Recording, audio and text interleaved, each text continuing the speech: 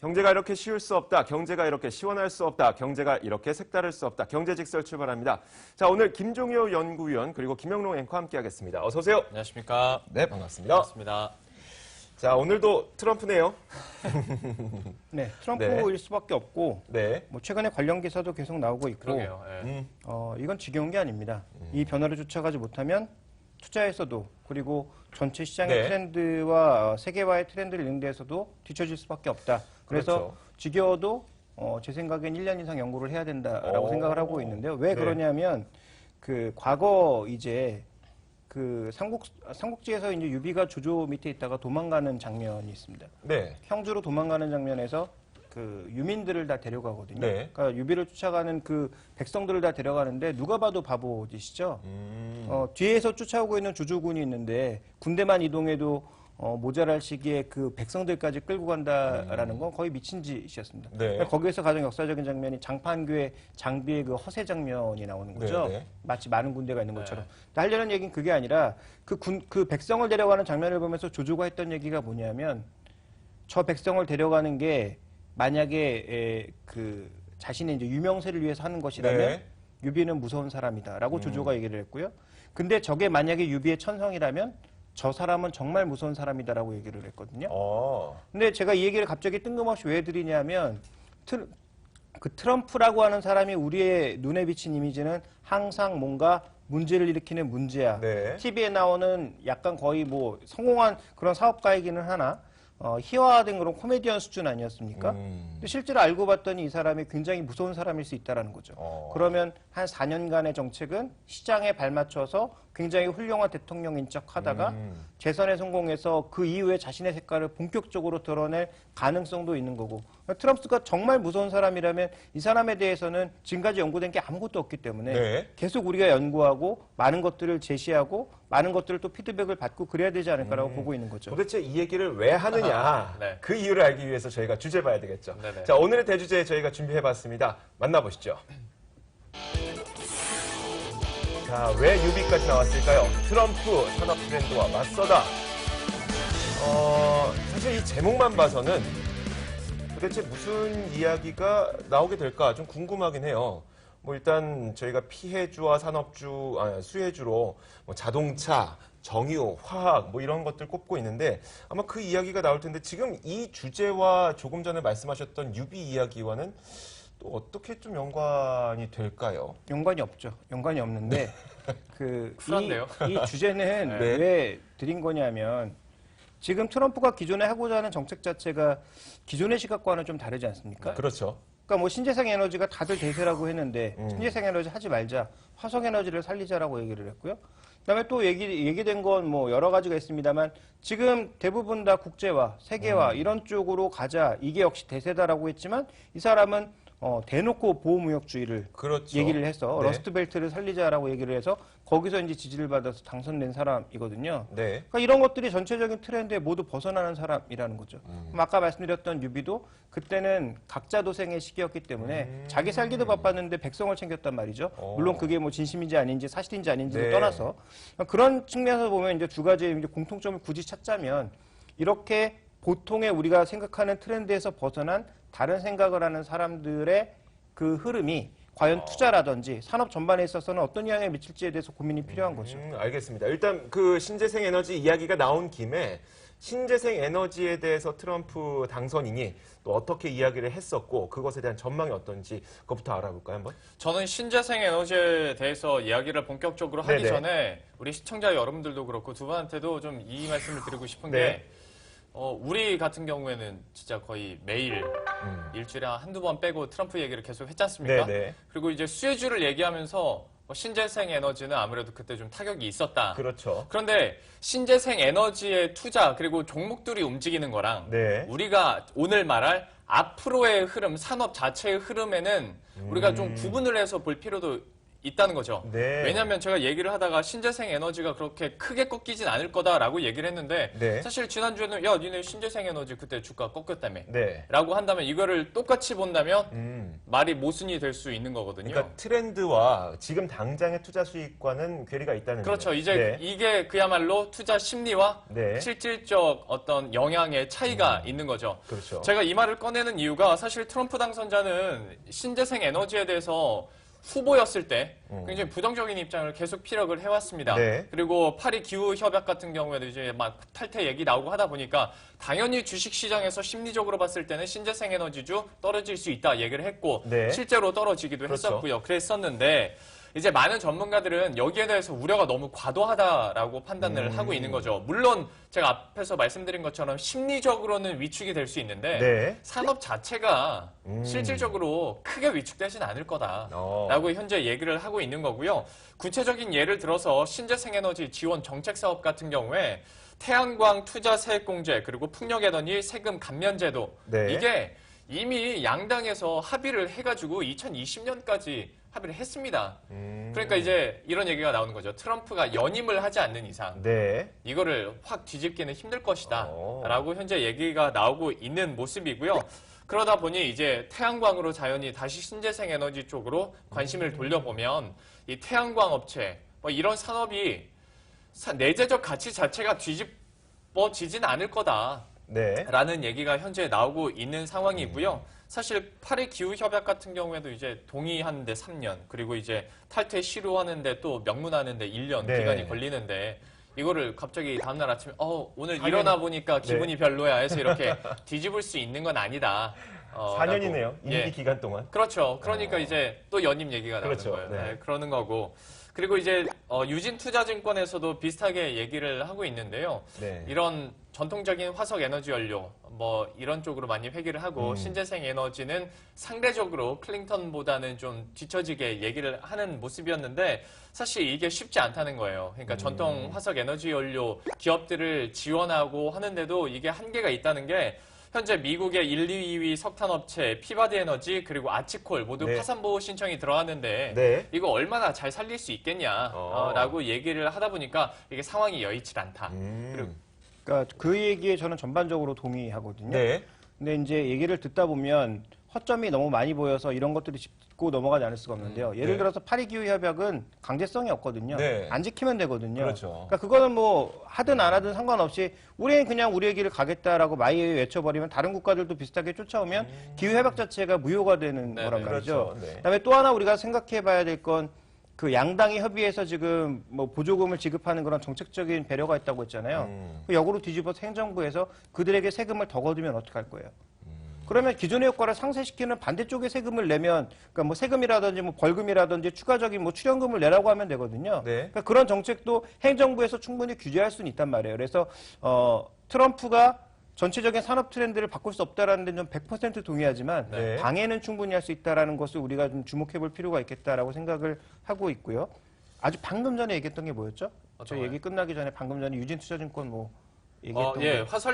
화석 연료, 전통적인 화석 연료. 그래서 이런 기업들을 미국이 지원하고 아, 맞아요. 그 또 부분. 이거를 네네. 올려주는데 네네네. 지금 이제 1, 2위 업체들이 파산보호 신청을 해서 제대로 살릴 수 이것도- 있을까? 최대로 살릴 수 있죠.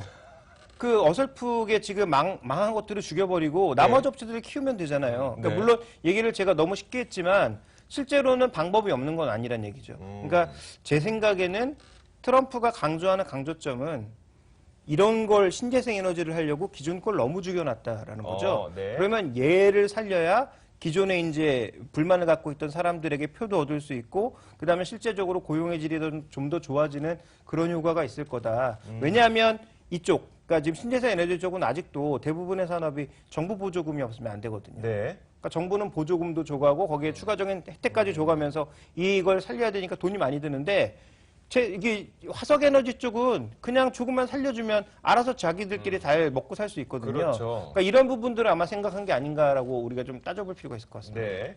그런데 또 우리가 또 생각을 해봐야 될 것이 과연 트럼프가 신재생 에너지를 지금 뭐 신재생 에너지보다는 화석 연료를 살림으로써 고용을 창출하겠다는 거잖아요. 근데 신재생 에너지도 사실 고용을 창출하는 효과가 있는 거잖아요. 그렇죠. 그러니까 없지 않잖아요. 저는 그것도 느낌이 팍 오는 게 네. 트럼프, 그러니까 후보였을 때 네, 트럼프와 대통령이 됐을 때 트럼프, 한 당을 대표해서 나갔을 때 트럼프와 전 국민의 이제 수장이 되는 트럼프가 좀 달라질 수도 있다는 게 방금 말씀해주신 그 고용 측면에서도 네네. 태양광 업체가 차지하고 있는 고용의 어떤 효과 네. 이런 것도 사실 굉장히 크거든요. 실제로 굉장히 그 증가 수치도 크게 올라가고 있고 네. 어떤 정의와 가솔린 근로자를 이미 넘어선 상태래요. 그러다 보니까 태양광 쪽을 그렇다고 갑자기 확 죽일 수도 없다는 거죠. 네네. 왜냐하면 이제 대통령 트럼프가 됐으면 고용률을 어느 정도 계속 끌어올려야 되는 건데 이렇다고 그 전에 나왔던 것처럼 야, 다 됐어. 네. 전통 화석연료 나 돌아갈 거야. 그렇게 180도 돌아가기는 대통령으로서는 좀 부담이 되지 않을까 싶은 거죠. 이쪽 산업에 있는 고용 인력을 늘리겠다면서 이쪽 산업에 있는 고용 인력을 줄여버리면 어차피 똑같아져 버리니까. 그거 아니죠. 죽이는 게 아니라 네. 얘는 더 이상 정책을 안 주고 얘를 주겠다는 거죠. 그냥 유지만 하되 새로운 걸 더 얘는 그냥 더 키우지 않아도 되니까 네. 얘를 키워서 전체 파이를 키우겠다라는 방향이 아닐까요? 네. 그러니까 우리가 생각하는 건 얘를 키우면 얘가 죽는다라는 단순한 생각을 하는 것 그렇게 같은데 생각하고 있죠. 그렇게는 아닐 것 같습니다. 제 생각은 태양광은 죽이지는 않고 유지 정도만 하게 만들되 그리고 이들끼리 스스로 막 터지게 싸워서 구조조정하게 만들고 뭐 여기서 줄어내는 건 여기서 늘리면 되니까 그러니까 네. 최소한 동수를 만들거나 아니면 전체 파이가 커질 수 있도록 하는 그런 방향이 아닐까라고 보고 있는 거죠. 근데 저도 이걸 신재생 에너지와 트럼프 쪽으로 이렇게 합시다 보니까 네. 꼭 이제 우리 시청자분들이나 다른 사람이 들었을 때는 말씀을 해주신 것처럼 신재생 에너지 줄이고 그리고 이제 전통 화석 연료 쪽으로 갈 거야 여기 올인할 거야처럼 들릴 수도 네, 있는데 네. 비교를 하다 보니까 네. 실제로 그런데 힐러리와 이제 트럼프의 공약들 이렇게 보면서 신재생 에너지 조목조목 따져보면 네. 트럼프 같은 경우에도 신재생 에너지 다 버릴 거야. 그런 건 뭐 영 할 네. 거야. 그런 건 아니거든요. 네. 그런데 힐러리에 비해서 신재생 에너지에 투자하거나 규모가 작다 보니까 네. 우리가 이제 그리고 비교를 하다 보니까 신재생 에너지 꼭 망할 것처럼 얘기를 하는데 그러진 않을 거다. 사실 제가 이 계속 시간이 지나면서 이야기가 나오고 있는 거를 보면은 많은 사람들이 뭔가 이성적으로 내가 보고 있는 숫자와 감성적으로 느껴지는 어떤 불확실성의 불안감 이 차이가 굉장히 많이 나게 되는 것 같아요. 네네네. 그러다 보니까 이성적으로 말씀하셨던 것처럼 실제로 난 신재생 에너지를 없애버릴 거야가 아님에도 불구하고 트럼프니까 네, 왠지 감성적인 것 때문에 네, 왠지 트럼프는 뭔가 이상한 일을 할 것 같고 이런 느낌 때문에 사람들이 더 불안감을 많이 느끼고 있는 게 아닐까라고 네. 생각이 드는데 그래서 그렇다면 자동차와 정유, 석유, 화학 업체들 그 산업에 대해서는 또 어떻게 바라보고 있을까 이런 얘기를 제가 좀 준비를 해봤는데 먼저 자동차에 대해서는 약간 시각이 변하고 있다는 느낌도 좀 들어요. 어디서요? 증권가에서요. 증권가에서. 실제로 몇몇 증권가에서는 한 11월 14일 정도 때부터는 오히려 트럼프로 인해서 자동차 산업이 수혜를 받을 수 있다. 우리나라 자동차 산업이 수혜를 받을 수 있다는 의견도 내놓고 있어요. 많이 팔려야 될 텐데. 그게 기본 전제죠. 수요가 늘어나야 된다는 네, 거. 많이 팔려야 잠시 될 후에 텐데. 제가 또 그 얘기를 할 거예요. 수요가 늘어야 된다는 게 전제인데 네. 어쨌든 왜 수혜가 될 수 있느냐. 먼저 첫 번째로 이겁니다. 환경 규제가 만약에 완화된다면. 그러니까 어찌됐건 트럼프가 갖고 있는 공약의 근간에는 나는 환경 규제를 별로 신경 쓰지 않겠다는 거잖아요. 신재생 에너지를 뭐 그대로 유지하든 간에 전통 석유화학 기업들을 살리기 위해서는 환경 규제를 다 지킬 수는 없으니까. 그게 뭐 달걀이 먼저 닭이 먼저냐 얘기인데 네. 그 트럼프는 기본적으로 그걸 안 믿는다는 거죠. 그러니까 환경 오염으로 인해서 지구가 망한다. 이걸 안 믿는다는 거죠. 그러니까 지구 온난화 이런 걸 믿지 않는데요. 그래서 네. 지금 뭐 환경 규제를 꼭 없앤다라기보다는 그걸 믿지 않으니까 환경 규제가 왜 필요해? 뭐 이렇게 나올 수 있는 거죠. 그렇죠. 네. 어찌됐건 지금 우리가 목표치를 세워놓고 있는 이 환경 규제에 대해서 물론 목표치이기 때문에 강제성은 없습니다만 이 목표치를 지키지 않는다면 어떤 일이 발생할 것인가. 지금 사실 이 목표치를 지키기 위해서 이산화탄소 배출량 목표치를 지키기 위해서 우리가 계속 엔진을 다운사이징하고 또 친환경차를 만들기 위해서 기술 개발을 열심히 하고 있는데 네. 사실 친환경차 산업에서 우리나라의 기술력이 다른 선진국에 비해서는 좀 밀린다는 거예요. 네. 그렇다면은 이 규제를 지키지 않음으로써 우리나라도 지키지 않게 되고 그렇게 되면 우리나라의 자동차에서 친환경차를 개발할 수 있는 시간을 더 벌게 된다는 거죠. 증권사에서 그렇게 얘기를 증권사에서 했다고요? 이런 얘기를 하고 있습니다. 아, 진짜 이거 약간 어떻게 보세요? 진짜 궁금한데 저는 약간 근데 일차원적인 납득은 시나리오 됐거든요. 아닌가요? 깝깝한 얘기죠. 아니 그렇게 치면 이미 우리나라 국내 자동차 업체가 세계 수준에 올라가 있어야 되는 거 아닙니까? 아, 여기서 우리가 반드시 네. 짚고 넘어가야 될 건 있습니다.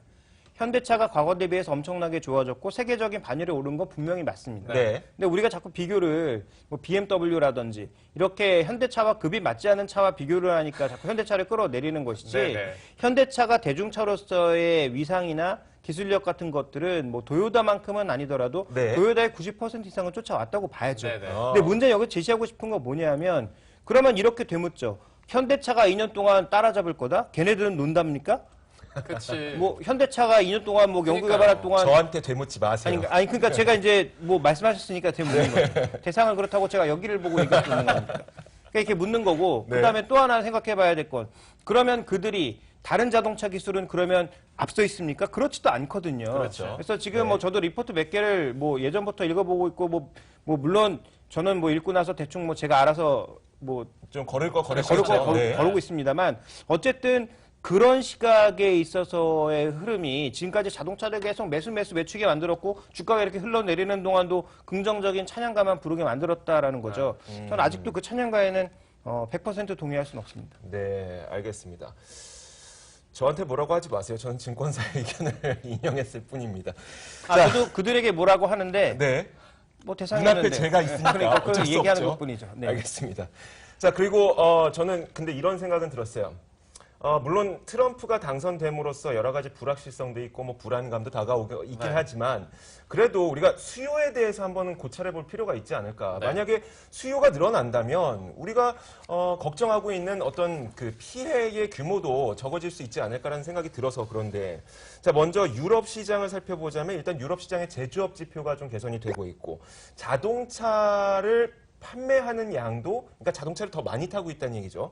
판매량도 2015년에 9%, 2016년에 6% 정도 늘어나고 있다고 해요. 그러니까 수요가 늘어나면서 자동차라든지 그리고 자동차에 들어가는 석유 화학 제품들 이런 것들도 늘어날 수 있는 거고 자동차가 사용하는 기름의 양도 늘어날 수가 있는 거고 또 중국을 살펴보자면 알리바바의 매출이 작년 대비해서 50%가 급격하게 늘어났다고 해요. 매출이 늘어나게 되면은 특히 알리바바는 배송을 해주지 않습니까? 범용 비밀 화학 제품들 이런 것들에 대한 수요가 급격하게 늘어날 수가 있고 또 중국도 최근에 그 소형 자동차에 대해서 취득세를 인하해 주다 보니까 중국 자동차 판매량도 한 13% 정도 늘었다. 네. 이런 것들도 봤을 때 수요는 계속 증진이 되고 있다는 거고 인도에서도 자신들의 국가의 인프라를 개선하기 위해서 올해에 39조 원을 투자한다. 뭐 작년에 비해서 22%가 늘어난 규모라고 해요. 여기에서도 인프라를 투자하게 되면은 석유 화학 제품뿐만 아니라 원유에서 나오는 아스팔트도 사용을 많이 하게 되고 또 마지막으로 미국에서 이 금리 인상을 논의하고 있다는 것 자체가 수요의 증가를 감안하고 금리 인상을 논의하는 것이 아니냐. 이렇게 될 경우 수요는 계속 늘어난다라는 거거든요. 과연 이런 상황에서 수요가 계속 늘어나는 상황에서 우리가 정말 그 트럼프의 불확실성을 그렇게 불안감만 가져야 되는 것인지에 대해서 궁금증이 생기는 겁니다. 우리는. 수요가 늘어나는데 그거보다 공급이 더 빨리 늘면 아니면 지금 이미 수급은 균형 상태가 아니라 공급 과잉이라면 네. 어떻게 해야 될까요? 자동차의 네. 수요 같은 거는 내구재이기 때문에 보통 한 3년에서 5년 사이클로 돌아가지 않습니까? 네. 그러면 이게 빨리 뭔가를 자극할 수 있는 그런 수요 견인 요인이 있어야 되는데 그러면 3년에서 5년 사이에 자동차를 빠르게 신차로 바꿀 사람들이 전기차라든지 이런 게 아니라면 네. 뭘로 왜 바꿔야 되죠? 그렇죠. 그런 부분들을 생각해 봐야 된다라는 거죠. 그래서 지금 말씀하신 그 수요는 자동차 수요라기보다는 시장 전반의 수요, 화폐 네. 수요 뭐 이런 것들일 수 있습니다. 네. 그렇지만 자동차에 대한 수요는 그동안 대부분 빚으로 산 사람들이기 때문에 인플레 과정에서 금리가 올라가서 할부 금리가 올라가게 되면 그 사람들 입장에서는 오히려 마이너스일걸요. 그래서 지금 자동차는 오히려 중고차로 전환하는 사람, 그다음에 리스로 갈아타는 사람, 그다음에 고금리로 올라가면서 상대적으로 부도를 내는 사람 이런 사람들이 많아지면서 미래 자동차의 전반적인 수요는 네. 둔화될 가능성이 있다라고 보여집니다. 그래서 제가 이제 몇 가지 말씀을 좀 드리자면 그럼 투자 관점에서 이제 뭘 어떻게 해야 되느냐 네네. 결론을 좀 내려보도록 하죠. 이제 제 생각입니다. 처음에 이제 준비된 그림 보시면 주요국의 배기가스 규제는 이미 정해져 있습니다. 네, 네. 이걸 뭐 트럼프가 바꿀지 안 바꿀지는 모르지만 어쨌든 이미 정해져 있는 규제이기 때문에 이런 규제에 쫓아가다 보면 기본적으로 전기차라든지 친환경으로 가는 기술들을 막을 수는 없다라고 보고 있습니다. 네. 대신 저는 문제는 뭐냐면 투자 전략의 핵심 뭐냐면 멕시코라고 보고 있는 거죠. 그렇죠. 이 보호무역과 관련된 그 멕시코 흐름을 놓고 보게 되면 다음 준비된 그림 보시면 멕시코에서 지금 닛산이 가장 많이 생산하고 하고 있고요. 네. 뒤를 이어서 폭스바겐이고요. 그다음에 GM이고요. 네. 5위가 기아차입니다. 기아차는 멕시코 관련된 문제에 계속 시달릴 수밖에 없다는 네. 거죠. 일단은. 네. 그러면 자동차에서 굳이 투자한다면 완성차 중에선 현대기아차 중에서는 현대차인데 네. 문제는 현대차도 그렇게 크게 매력이 없다라는 거죠. 그러면 매수를 하더라도 목표 수익률을 낮춘 상태에서 가야 될 것 같고요. 다음 준비된 그림 보시면 실제로 이렇게 멕시코 비중이 높은 닛산은 네. 대부분 미국 차가 반등하는 것과는 달리 최근에 주가가 그렇게 좋지가 않습니다. 그래서 엔화의 흐름에 따라서는 원래 급등해야 되는데 이런 흐름이 나타나고 있다는 점을 살펴볼 필요가 있겠고요. 네. 신재생 에너지 쪽에서는 이걸 보도록 하죠. 정부가 지원을 안 해주면 망한다? 그렇지 않다라는 거죠. 준비된 그림 보시면 네. 2020년 기준으로 그리드 패러티를 완성하는 그런 산업들이 나온다라는 거죠. 네. 그리드 패러티가 완성되면 기존의 에너지 사업자들이 이쪽으로 뛰어들 수 있다라는 거죠. 그러면 석유화학 산업에서 돈을 벌어서 기존의 그린 에너지 쪽으로 투자하게 만들면 양쪽 다 윈윈하는 거 아닙니까? 네. 그러면 전체적으로 지금 뭐 피바디가 뭐 난리 났다 뭐 이렇게 하는데 그런 업체들에게 차라리 잘 되고 있는 석유화학 업체, 태양광 업체나 이런 쪽이랑 합병하게 만드는 그런 길을 터주면 되는 거죠. 그러니까 아마 트럼프는 제 생각에는 미국에 해외에 나가 있는 미국 업체들을 국내로 가져와서 여기다 공장 만들고 세금을 왕창 다운시켜주고 네. 그다음에 기존에 망해가는 업체와 잘 돼가는 업체를 합병시켜서 둘 다 윈윈 살아나는 방법으로 하게 된다면 오히려 더 좋은 방향으로 가게 될 수도 있는 거죠. 네. 그래서 그런 부분들을 고민을 해봐야 될 것 같고요. 실제로 이제 주가 전략 측면에서 지금 준비된 그림 보시면 퍼스트솔라 박살났죠. 여전히 네. 주가가 전혀 반응하지 못하고 있습니다. 그다음에 풍력 ETF도 제가 한번 말씀드린 적이 있었는데 이것도 박살났죠. 네. 여전히 반등을 최근에 전혀 못하고 있습니다.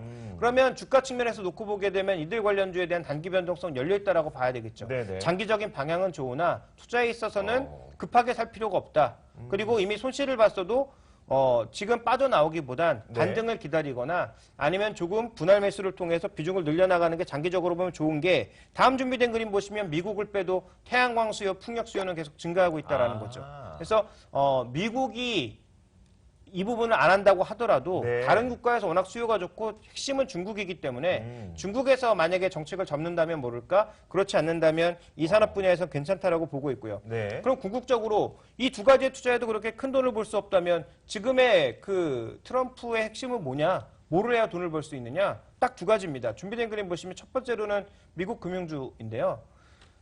지금 미국 네. 국채 수익률이 급등하고 있습니다. 달러보다 더 빠른 속도로 급등하고 있는 게 미국 국채 수익률인데요. 네. 이게 왜 급등하고 있을까요? 금리 올릴까봐? 헛소리죠. 네. 금리 올릴 거였으면 지금 되게 금방 올라가는 그만큼 올라가지 말아야 되는데 지금 60bp가 넘게 올랐거든요. 그러니까요. 그럼 지금 2017년, 2018년 금리 인상분까지 미리 선반영하고 있다는 얘기거든요. 이게 기대 인플레이션이 엄청나게 붙고 있다는 얘기인데 이 얘기는 무슨 얘기를 의미합니까?